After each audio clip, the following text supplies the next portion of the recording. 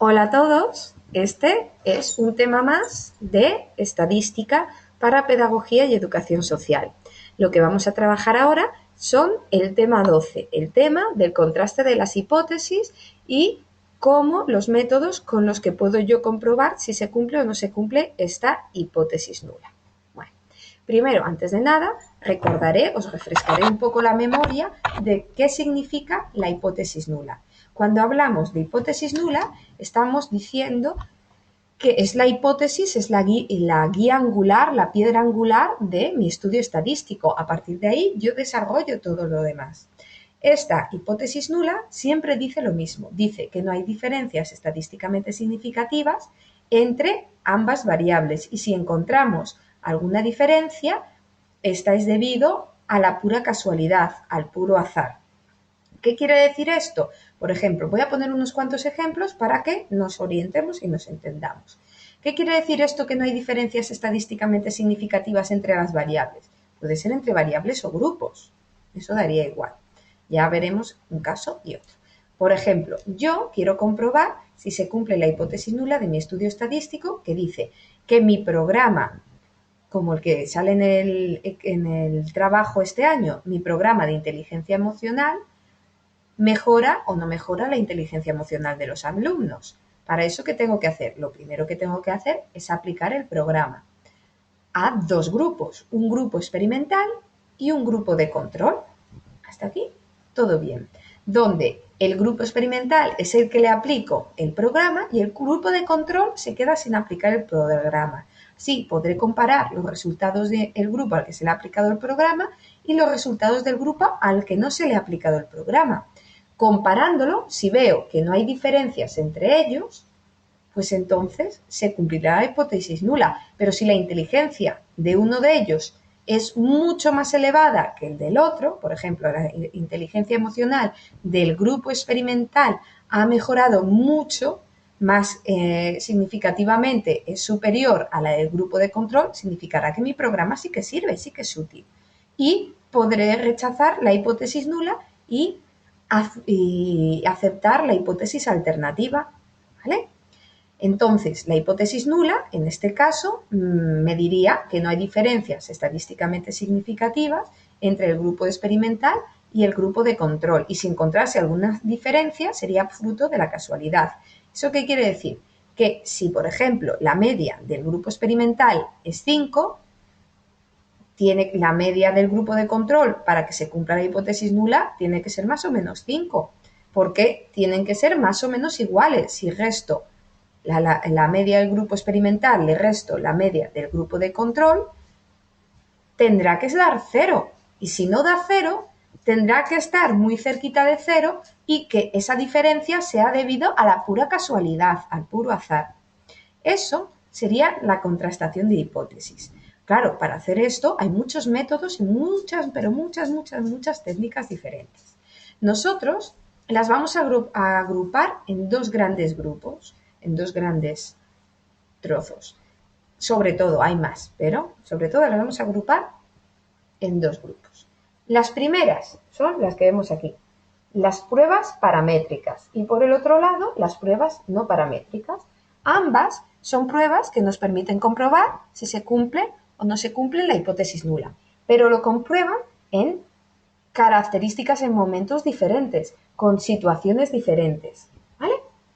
Así, lo que voy a hacer ahora es mostrar las diferentes características que tienen que tener las pruebas paramétricas y las pruebas no paramétricas para que vosotros, nada más en ver un caso, sepáis qué tipo de prueba tengo que utilizar, paramétrica y no paramétrica.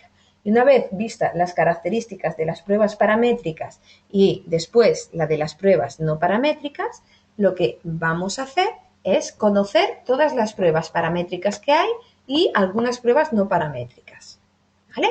No tenéis realmente que saber a la hora de la práctica realizarlas todas. Eso sí, en la parte tipo test os las preguntarán todas, pueden caer cualquiera de ellas. De hecho, las pruebas no paramétricas no se ve ninguna en el temario actual, ¿vale? Pero de las pruebas paramétricas tenéis que saber hacer 3 de las 5, que preguntan, que exponen en el temario. Pues entonces, vamos a ver, ¿cuándo se hace una prueba paramétrica? Estas son las que sí que tenéis que saber hacer, ¿vale? Una prueba paramétrica tiene que tener una serie de características. La característica fundamental es que las variables a estudiar, bueno, lo escribe muy bien el lapicerito este, a ver si consigo que vaya, que la variable, más o menos, a ver, las variables a estudiar tengan que ser cuantitativas. ¿A qué me refiero con que sean cuantitativas? ¿Os acordáis del tema 1 y 2? ¿Cuáles son las variables cuantitativas? Son las variables de numeritos, el dinero que ganan las personas, 1.000 euros, 2.000, 3.000, el número de hijos que tienen 0, 1, 2, la edad, la estatura, el peso, cosas que se puedan contar. Una variable, o sea, un estudio, una prueba paramétrica, tiene que estar con variables cuantitativas. Bueno, no me entra, cuantitativas, os lo creéis, las de numeritos, ¿vale? Las de números, aunque no se escriba bien, la de números.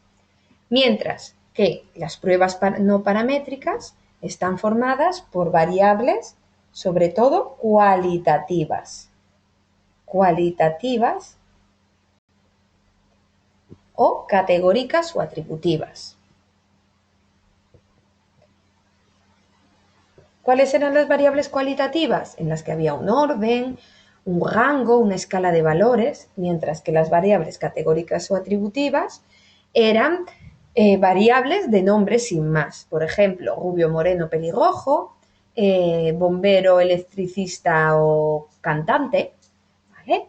En las cualitativas hay un orden y un rango, también son palabras, pero son nombres en el fondo, pero hay un orden de importancia. Es mejor ser rico que ser pobre. Es mejor hablar bien un idioma que hablarlo regular o que hablarlo mal. Hay un orden, una escala de valores. Esas son las variables cualitativas y categóricas o atributivas. También se les puede llegar a llamar a las cualitativas se les puede llegar a llamar cuasi cuantitativas. ¿Qué pasa? Que yo estos valores los codifico y a veces los puedo hacer pasar como si fuesen cuantitativas y a veces aplico las pruebas paramétricas cuando no debería de aplicarlas. Eso es hacer trampas. Se hace, pero no se debe. ¿Vale? A ver, las variables, las pruebas no paramétricas son aquellas en las que sus variables son cualitativas o categóricas o atributivas. Hasta aquí, normal. Y, por lo tanto, no se pueden, si fuesen cualitativas o categóricas atributivas, no se usan para hacer estos cálculos. Bueno, como no escribe muy bien, os lo voy a decir casi a viva voz, porque no va muy bien. A ver, para hacer los cálculos de las variables no paramétricas, yo no puedo utilizar, por ejemplo, las medias, las medianas y las modas, porque en principio, al ser cualitativa o al ser categórica atributiva, no debería de poder hallarlo. Las hallamos codificando los datos y haciendo un poco de trampas, pero en teoría no se debería de hacer. Entonces, tendría que ser una prueba no paramétrica.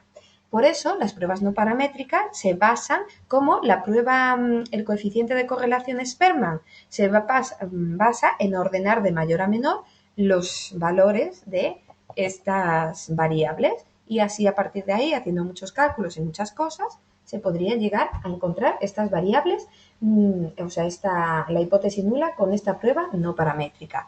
También es importante que tengáis en cuenta que en los exámenes, si hay que hacer, te mandan elegir una variable que no, un contraste de hipótesis para que la respuesta adecuada sea una prueba no paramétrica, seguramente, ya os lo advierto, casi con total seguridad, os lo chivarán en el enunciado. ¿Cómo? ¿Por qué digo que os lo chivarán en el enunciado? Porque en el enunciado pondrá, bueno, está en una escala cuasi cuantitativa o tiene un orden o un rango, como también nos chivaban cuando había variables cualitativas en el enunciado. Pues lo mismo nos lo chivarán para hacer una prueba no paramétrica. A ver, ya dejamos esa característica. Continuamos con las pruebas paramétricas. Además de ser variables cuantitativas, tiene que tener otra característica igual de importante, que las variables a estudiar tienen que seguir la norma, tienen que ser curvas normales. Ya sé que no se ve, lo siento. Son gajes del directo, es lo que hay. Tienen que ser, no se ve ni poco, ni mucho, ni nada. Bueno, yo os lo digo. Tienen que ser curvas normales. ¿Qué quiere decir eso? Que o sea, que tenga forma normal, que haya la mayoría de la gente esté en el centro y después un grupo de gente esté a la derecha y otro grupo de gente esté en el extremo izquierdo, que sean curvas normales. Nada más y nada menos. Cosa bastante sencillita. Voy a utilizar esto porque es importante que lo tengamos. Bueno, pruebas. Pongo aquí. Pruebas paramétricas. Bueno, pongo paramétricas para no la pongo entera, pongo parame. Tiene primero que ser cuantitativas. Aparte de ser cuantitativas, tienen que ser curvas normales, o sea, las muestras o las variables que esté estudiando tienen que cumplir las normas de la campana de Gauss.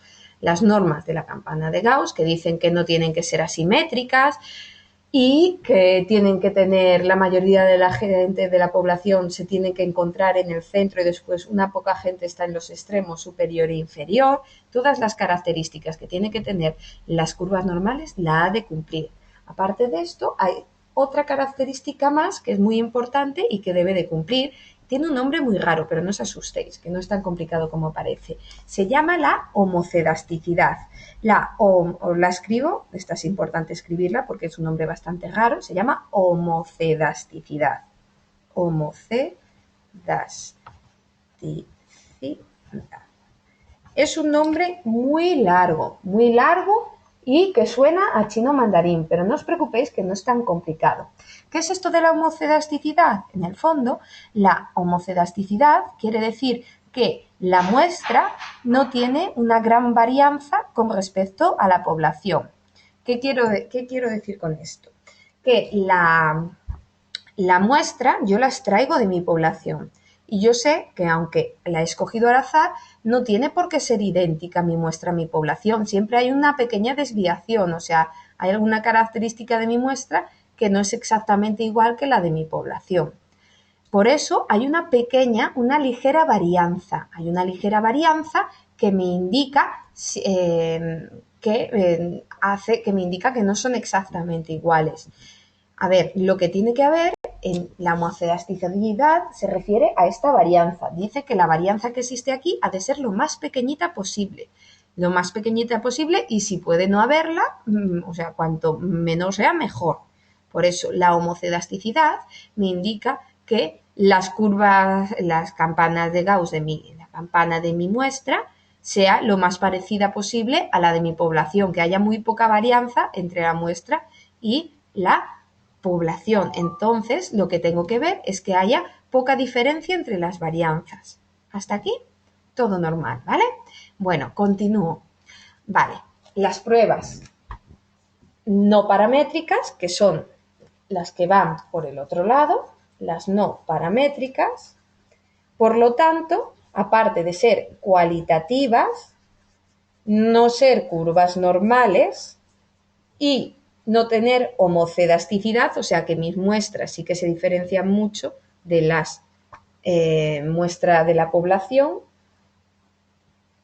Entonces, ya sabemos cuándo utilizar una prueba paramétrica y una prueba no paramétrica. Las pruebas paramétricas, cuando la curva es normal, cuando las variables son cuantitativas y cuando hay homocedasticidad. Bueno, hay muchas más características que deben de cumplir, pero estas son las más importantes. Ahora, volvemos a la misma tablita y vamos a ver cuáles son las pruebas paramétricas y cuáles son las pruebas no paramétricas. Las pruebas paramétricas y las pruebas no paramétricas. Yo os advierto que las pruebas no paramétricas tienen unos nombres muy raros que os suenen.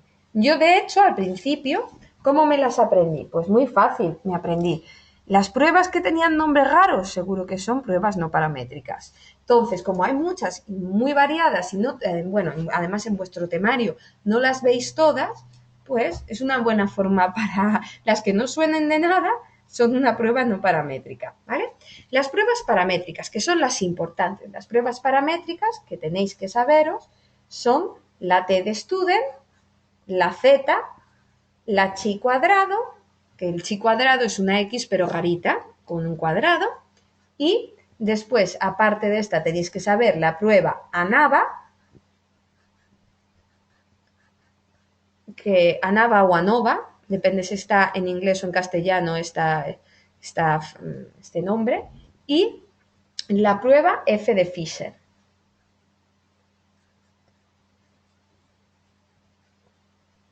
Fisher. Bueno, F de pescador en inglés. Y las pruebas no paramétricas serían, por ejemplo, os voy a poner solo algunas, la U de Man Whitney. No sé si escribo bien el Whitney, no soy muy ducha yo en el idioma de Shakespeare. El Kruskal-Wallis.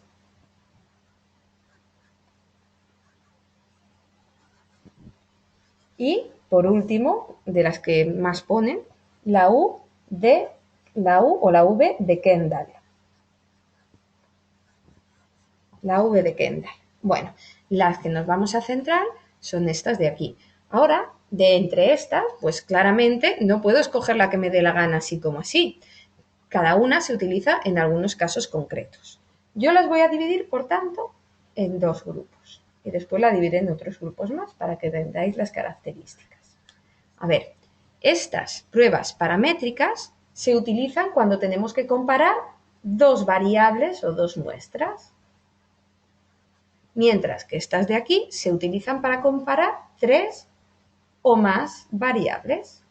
Entonces, si nos están dando un estudio donde solo nos dan dos variables, tendré que utilizar o la t o la z o la chi cuadrado. Mientras que si nos están hablando de 3, 4 o 5 grupos diferentes, 5 muestras diferentes, entonces tendré que trabajar con la NAVA o con la F de Fisher.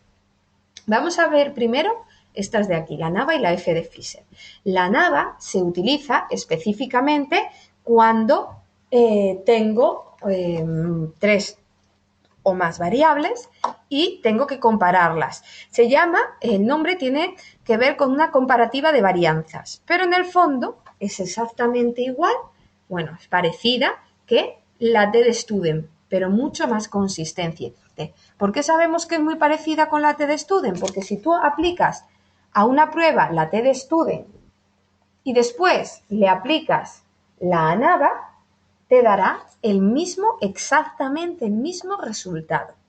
También se habla de una comparativa de las medias. Aunque su nombre es comparativa de las varianzas, hay que entender que la mayoría de estas pruebas paramétricas, sobre todo la T y la Z, tratan de la primera parte, que la podéis ver en el formulario que no me acuerdo en qué página está, pero es la de las fórmulas del tema 12, están ahí la fórmula de la T de Student y la fórmula de la Z. Y si las miráis, veis que lo primero que pone, en la parte de arriba de la fórmula, pone una media menos la otra. Y después dividido entre el error típico de diferencia de medias.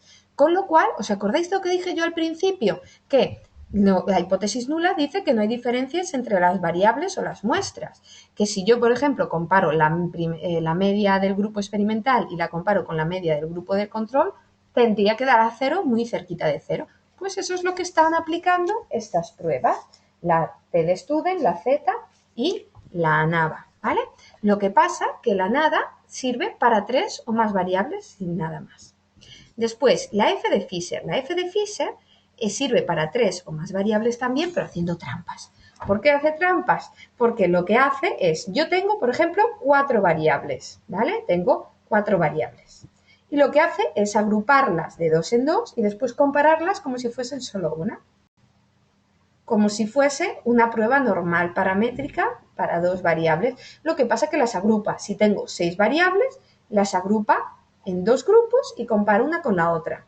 Si ve que no hay diferencias estadísticamente significativas, perfecto, pero si ve que hay diferencias estadísticamente significativas, no sabemos por cuál de estas variables están las diferencias. Tendrías que aplicar más pruebas para otra vez la misma prueba o otras pruebas para ver en qué punto, cuál de estas variables nos está fastidiando y nos hace que no se cumpla la hipótesis nula, cuál de estas muestras, ¿vale? Bueno, hasta aquí normal. Pues mirad, esas son las pruebas ANAVA y la F de Fisher. Ahora vamos con el meollo de la cuestión. La chi cuadrado, la t de student y la z normalizada, la z normal. Bueno, la chi cuadrado es la prueba más polifacética. ¿Por qué digo que es la más polifacética? Porque no solo nos sirve para comprobar si se cumple o no se cumple la hipótesis nula. La chi cuadrado sirve para muchas más cosas. La primera cosa para la que sirve es para hacer el coeficiente de contingencia C. Si os acordáis del tema 7, ahí se hace el coeficiente de contingencia C, ¿vale? Después de este coeficiente de contingencia C, también hay que hacer puede servir para otro tipo de cálculo, que es la prueba de bondad de ajuste. Como su nombre indica, prueba de bondad de ajuste busca la bondad, o sea, que sea bueno, el ajuste. ¿El ajuste con qué? Pues el ajuste con la curva normal. Lo que busca es que mi muestra se parezca a la curva normal. O sea, que yo con esta prueba puedo comprobar si mi curva es normal o no es normal, simplemente con esta prueba. Pero también, y por último, puedo comprobar que se cumple la hipótesis nula o no se cumple la hipótesis nula. Para hallar, bueno, esto ya lo veremos en otras clases, para hallar la chi cuadrado tengo que tener en cuenta dos cosas. Primero, la frecuencia observada, que es la frecuencia absoluta de toda la vida, el número de veces que se repite un valor, sin más, la frecuencia observada, y después la tengo que comparar con la frecuencia esperada. ¿Qué es esto de la frecuencia esperada? La frecuencia esperada es la frecuencia que debería de tener un valor si todo fuese perfecto, si mi curva fuese una curva normal exacta. Entonces, tendría que comparar la frecuencia observada con la frecuencia esperada, las compararía y si se parecen, pues entonces, si lo voy comprobando con todas las frecuencias, la frecuencia esperada de uno de los valores, con la frecuencia observada de uno de los valores, la frecuencia esperada de otro de los valores con la frecuencia esperada, si miro, voy comprobándolo en todos y no hay diferencias entre frecuencia esperada y frecuencia observada, se cumpliría la hipótesis nula. Pero bueno, no se cumpliría la curva normal que me ha adelantado. ¿Vale? Y también con esta misma prueba podría comprobar si se cumple la hipótesis nula o no se cumple la hipótesis nula. Para el resultado que me da no me indica directamente, no hay como no hay un resultado exacto que me dice, pues si tiene un 0, entonces se cumple la hipótesis nula. Si no tiene un 0, no se cumple la hipótesis nula. No, no es tan sencillito. Hay un calculito más. Hay unas características diferentes que hay que hacer, ¿vale? Pero eso ya lo explicaré con el resto de cositas, ¿vale? Vamos pasito a pasito. Y las otras dos pruebas, la T y la Z. Estas son las más importantes y las más normales, las que se utilizan más a menudo. La T de Student es una prueba muy útil. ¿Por qué? Porque es una prueba para comparar, de comparación de medias, porque como os he dicho que miraseis en el formulario, ¿qué había? Que se utilizaba una media menos la otra. Se hacía una media menos la otra y dividido entre el error típico de diferencia de medias y así hallaba la T de Student. Pero es muy útil esta prueba de diferencia de medias. Cuidado, ojo, importante, en el examen, en las preguntas tipo test, os preguntarán, la prueba de diferencia de medias nos da no sé qué, no sé cuánto, que es mayor que el valor crítico. Bueno, alguna cosa así que ya os lo explicaré. Si os hablan de diferencia de medias, de prueba de diferencia de medias, con un 99,9% de posibilidades, seguramente os estén hablando o de la T de Student o de la Z, ¿vale? La Z normalizada. Para que lo sepáis, que eso están hablando del contraste de hipótesis, o también le llaman el contraste de hipótesis proceso de significación estadística, o sea, comprobar si se cumple o no se cumple la hipótesis nula. Ahora vuelvo para atrás, ya veis que me enrollo como persianas y me voy por los cerros de Úrbeda rápidamente, pero a ver si nos enteramos un poquitito más. ¿Cuándo utilizo la T y cuándo utilizo la Z? La T me sirve para muchos casos, me sirve para muestras independientes y también para muestras correlacionadas. O sea, que hay un coeficiente de correlación entre estas dos muestras. Si os fijáis en el formulario, la primera fórmula del tema 12 es la T de student normal, mientras que en la página siguiente, escondidita, está en la primera fórmula de la página siguiente, es la T de student para variables correlacionadas. Es prácticamente lo mismo, pero en medio de la fórmula encontraréis una R. ¿Qué es esa R? Es el coeficiente de correlación, el resultado que os ha dado. Pues bueno, ya sabemos, la T de student sirve tanto para variables correlacionadas como para variables independientes. Y aparte de para variables correlacionadas y para variables independientes, sirve para otros dos casos en concreto. Sirve para muestras grandes y para muestras pequeñas. Tendría que utilizarse para uno y otro caso, para muestras grandes y para muestras pequeñas. Mientras que la Z sirve solo para variables independientes y para muestras grandes. Nunca podré utilizar la Z para muestras pequeñas. Siempre con la Z tienen que ser grandes, mientras que la T es mucho, yo digo mucho mejor, pero bueno, es más o menos igual. Más fácil, si acaso, un poco la Z que la T, pero la T es buena, ¿por qué? Porque puedo utilizarlo tanto en muestras grandes como en muestras pequeñas, nunca me equivoco con ella. Además, también me permite utilizarlo para variables correlacionadas, donde hay coeficiente de correlación, no solo independientes. Pues ya veis, ya hemos visto cuándo se utilizan unas pruebas y cuándo se utilizan las otras. Las pruebas no paramétricas son las que tienen los nombres más raritos y se utilizan cuando mis variables son cualitativas o categóricas o atributivas, mis curvas no son normales y no se cumple la homocedasticidad, o sea que no hay igualdad entre varianzas. Eso es todo. Ahora, imaginar que ya sabéis cómo se aplica la T de student. La T de student es un calculito sin más, en el fondo. La T de student no tiene ninguna ciencia. La T de student simplemente lo que hace, hay que seguir pasito a pasito los calculitos que me dan. Primero una media menos la otra, pues sustituir. Cuando pone primera media, pues ponéis el valor. Segunda media, ponéis el valor de la segunda media. Bajáis, hacéis la gran raíz y ponéis el paréntesis donde ponéis la varianza y también ponéis la muestra primera. La muestra primera es la de la varianza primera, la de la media primera y después hacéis lo mismo con la segunda.